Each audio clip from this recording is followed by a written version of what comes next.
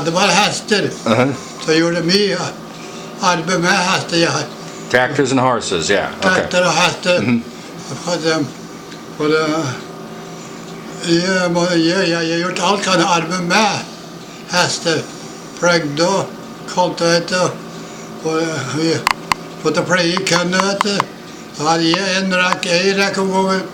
Han kjempebror min, han dro med kaldt, vet du, med 2 rekker om gangen.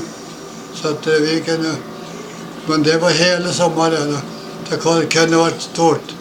Så vi måtte pleie i kønne, og jeg vet ikke, vi pleide i kønne, så måtte vi putte opp hei, og til regnet, så måtte vi fense.